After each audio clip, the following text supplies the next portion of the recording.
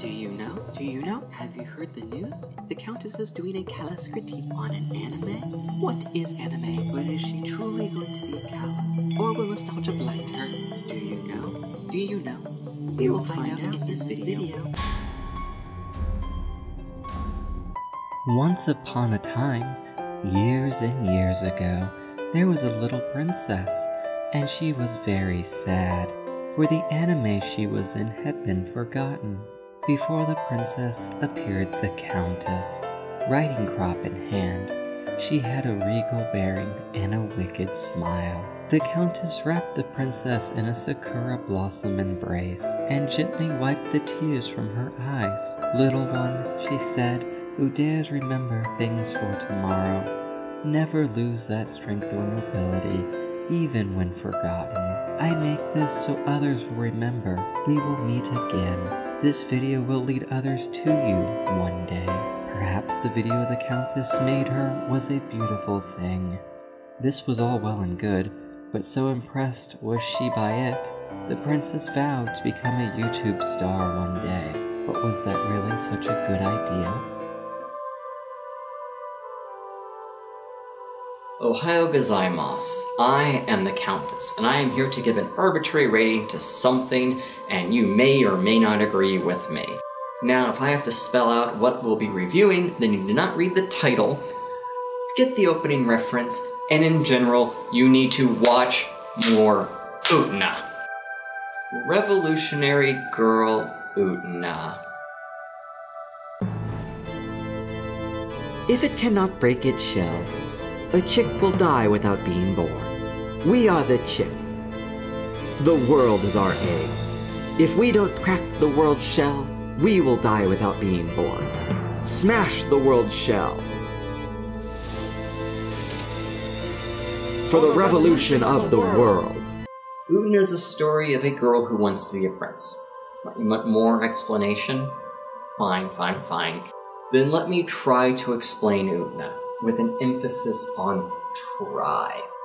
How about we start with what genre Revolutionary Girl Utena fits into?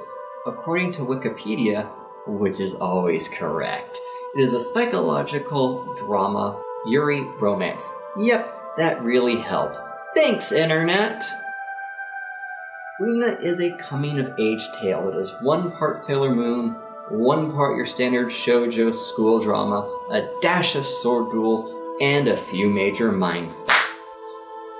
Just like The Matrix, there is no way to truly explain Utena. You must experience to understand it.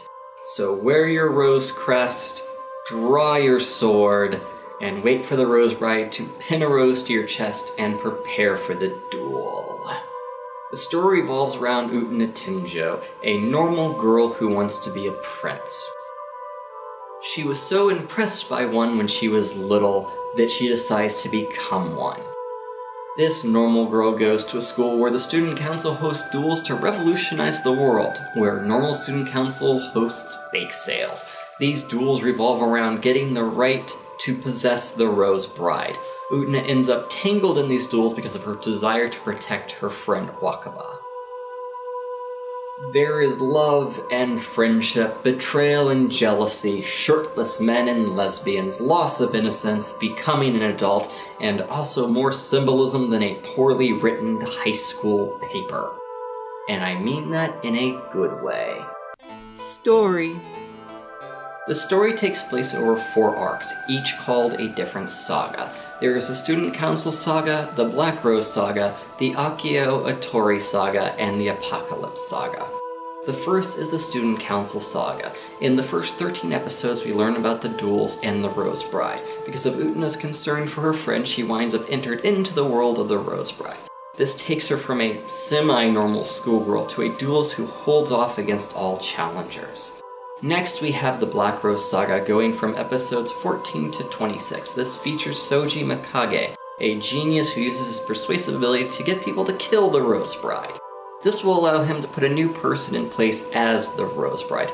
Yes, it somewhat makes sense when you watch it. This arc showcases the mirror of many characters and side characters, and helps explain the background behind them, with Soji being a reflection of Utena. After, we have the Akio Atori saga, spanning episodes 27 to 33. Akio is the acting chairman of the Atori Academy and Anthony's older brother. He drives a cool car and makes people see what the end of the world is. All your favorite duels come back for round 2, and you learn more dark secrets that make up the duel for the Rose Bride.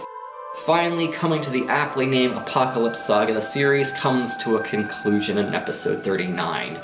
The duels are over, Utena being the victor. The reasons, though, behind the duels are finally brought to light, as is the Rose Bride. Characters. Through these 4 arcs, you learn about Utena Tinjo and her relationship with Anthy Hyamini, the Rose Bride. But the relationship is also touched by various characters throughout, so we're going to take a quick peek at some of the major ones. Utena Tinjo, of course, is the heroine, or should I say hero, seeing how she wants to be a prince.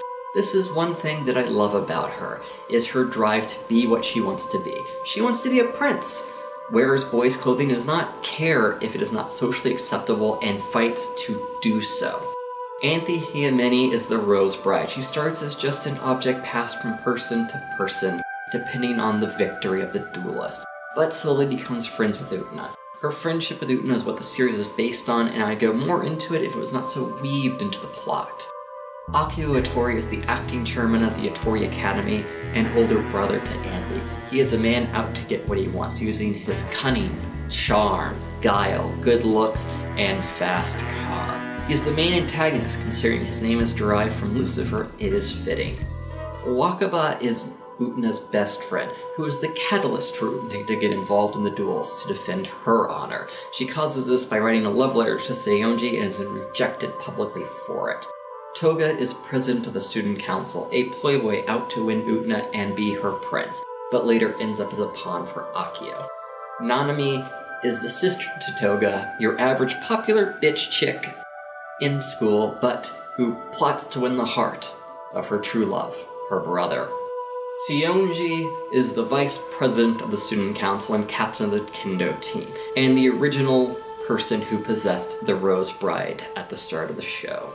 Mike, student council member, a piano player who wishes to have the Rose Bride to help him with his musical talents. Juri is the treasurer of the student council and captain of the fencing team. She is outwardly strong, but is dealing with the feelings that she has trouble expressing. Soji Mikage is a prodigy and the person who runs the Mikage seminar. He is the antagonist in the Black Rose arc, creating the Black Rose duelist to fight Utena. Gender and sexuality.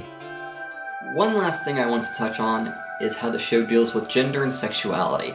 As a coming-of-age story, it does deal with gender and sexuality more than your normal show, going in what it means to lose one's innocence, both physical and otherwise. The main character is a girl who wants to be a prince, but even when she's engaged to a girl, the Rose Bride Anthy, she still says she is just a normal girl looking for a normal guy.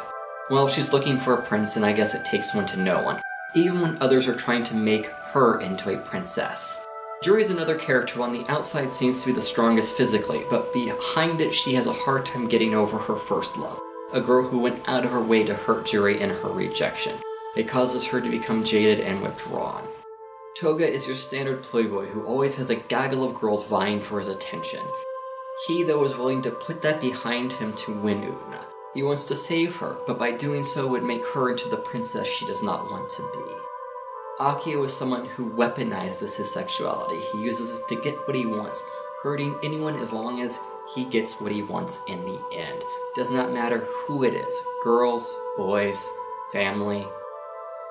So for a show that is marketed to the shoujo audience, that of younger girls, it deals with very deep issues regarding relationships, gender, and sexuality. Rating. Good. Artwork. Just look at the art. The visuals are fantastic, and this was done almost 20 years ago. I would love to see a high-definition re-release. The effort put into the artwork helps drive the symbology throughout the show. Even if some pieces are reused, they are still eye-catching. Characters. You will find a character to love. You will find a character to hate. You will find characters to ship and characters to relate. I know I do. Gender and sexuality. As I went over earlier, I find this touching. For an anime almost able to legally drink, it dealt with issues that are now coming to the forefront of society. Take that, American cartoons in the 90s. Music. Music is one reason one of the duels fights, but the music in Utena is something to be enjoyed. The music ranges from piano pieces like the Sunlit Garden to Rimbu Revolution, the opening. All the music is set to tell a tale, even if some of the lyrics make no sense. Ammonite? Story. There are shows that are built upon good story, but this has a story within a story. I already did a quick look into the review, but you are doing yourself a disfavor if you do not watch more Utena. Spoilers.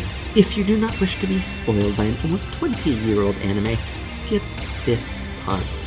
Villains. As a villainess, I would be remiss if I did not mention the villains in depth, seeing how they are on my list to be vivisected. There is one main villain, but not exactly what you think. We start with Toga, the president of the student council, but he is listening to someone called End of the World, and that is where the duels revolve around. End of the World turns out to be Akio Atori, who is Anthony's older brother and acting chairman of the Atori Academy. He is the puppet master whose goal is to use the power of the duelists to bring back the power he once had. Which is interesting too, as his name actually means Lucifer, which he directly tells Utena when they're talking. Good job, Utena. Pay attention. The third villain is Soji Kage, who manipulates people to try to kill the Rose Bride so he can put a new person in place as the Rose Bride. He is basically a duality of Utena down to his devotion to an idea. The last one that literally stabs Utena in the back, Anthy Himeni. She in fact has been using her brother to play all these games for ages because of past wrongs done to her, so all the fighting and conflict Utena went through would seem it's for naught. Or is it? You'll have to watch the full show to understand, and I'm not doing a direct vivisection here. Bad. Dubbing. This is a Japanese anime, so let the sub-dub war begin. I watch both. Deal with it. I know! But I will say, with any work, something is lost in translation from one language to another. The main thing seen from Japanese to English is how English does not have the same honorific or declensions Japanese has. One major thing that is lost, and it is seen in the first episode, is when Shionji loses to Utena, and he talks to Anthy, and she uses the honorific of senpai instead of sama. This is a huge insult, and it is lost in English because there's no way to really relate how big a jab she took at him without explaining how Japanese language is built around putting one in different places depending on how one respects one's elders and people of higher power and all the other fun stuff that really you can't explain it in English. So instead of going on and on about how it is in the show, they just use a horrible dubbed version of telling, no. Doesn't make sense in English no matter how you cut it because English doesn't work that way. Reused animation. This is an anime, so just like any other animated show, they will reuse some clips to save money. From stock footage such as the climb to the arena, Utena's transformation, some of her attacks, the story about her prince, and the car, just to name a few. There are also 3 full clip shows in the series, but even the clip show do something different and add character development and plot twists instead of just being something to be lazy. Ugly. Canon. For most media, you have one source to consider canon. Utena? Well, you know about the 39-episode anime. What about the movie, Adolescence of Utena? Maybe the 5-volume manga that came out at the same time of the anime? How about the Sega Saturn visual novel? Or how about the manga based upon the movie? How about the light novel released in Japan? There are many adaptations of the story, so depending on what you consider canon. Most would say, though, that the 39-episode anime is the core. But even the creators say that all works are canon. Missing in action. For the Black Rose arc, one of the characters is not in it, Toga. The reason for this is the voice actor was unable to provide their sultry man vocals for it. So we lose an interesting character for a nice chunk of the anime, but he does get his due later in the other arcs, and gets time to ride in Akio's car. Stage show. Not just the stage show in the show, but the Shadow Girls. There is an actual stage production that was based off of the anime. There is an old joke that the live action is still no substitute for the original.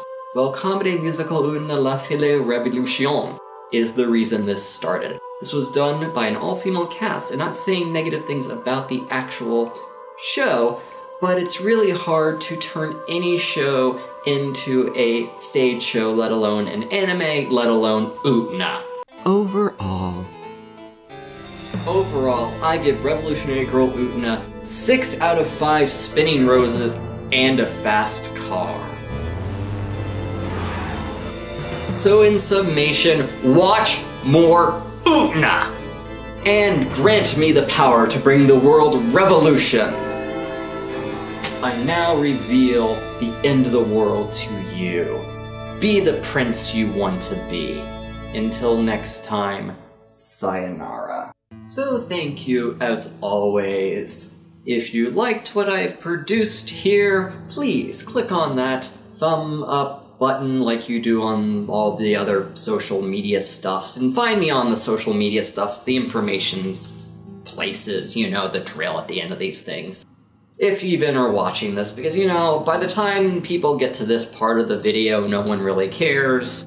So, why do they do that? I know you're not watching, in fact. If you are, tell me Utena rocks. Seriously, just write in the comments, Utena rocks. It's all I care about, is you watching more Utena. That's why I did this. if you liked this video, why not check out my other Callous critique on the dating sim Honey Pop? Or check out my villainous vivisection on the Jigsaw Killer from Saw. And finally, before you go, check out patreon.com/thecountess and join the court.